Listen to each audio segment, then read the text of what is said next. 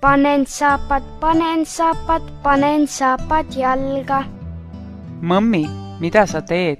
Ma panen ennast riidesse, sõbrad ootavad õues. Kallis poiss, saapad pannakse kõige viimasena. Miks? Saapad on kõige tähtsamad. Õues on külm. Sul on saapad jalas, pane nüüd sokid jalga. Oh ei, enne sokid ja siis saapad. Aga püksid? Enne püksid. Panen sokid jalga. Ma panen saapad jalga. Nüüd jope ja siis kampsun? Ei, enne kampsun ja siis jope.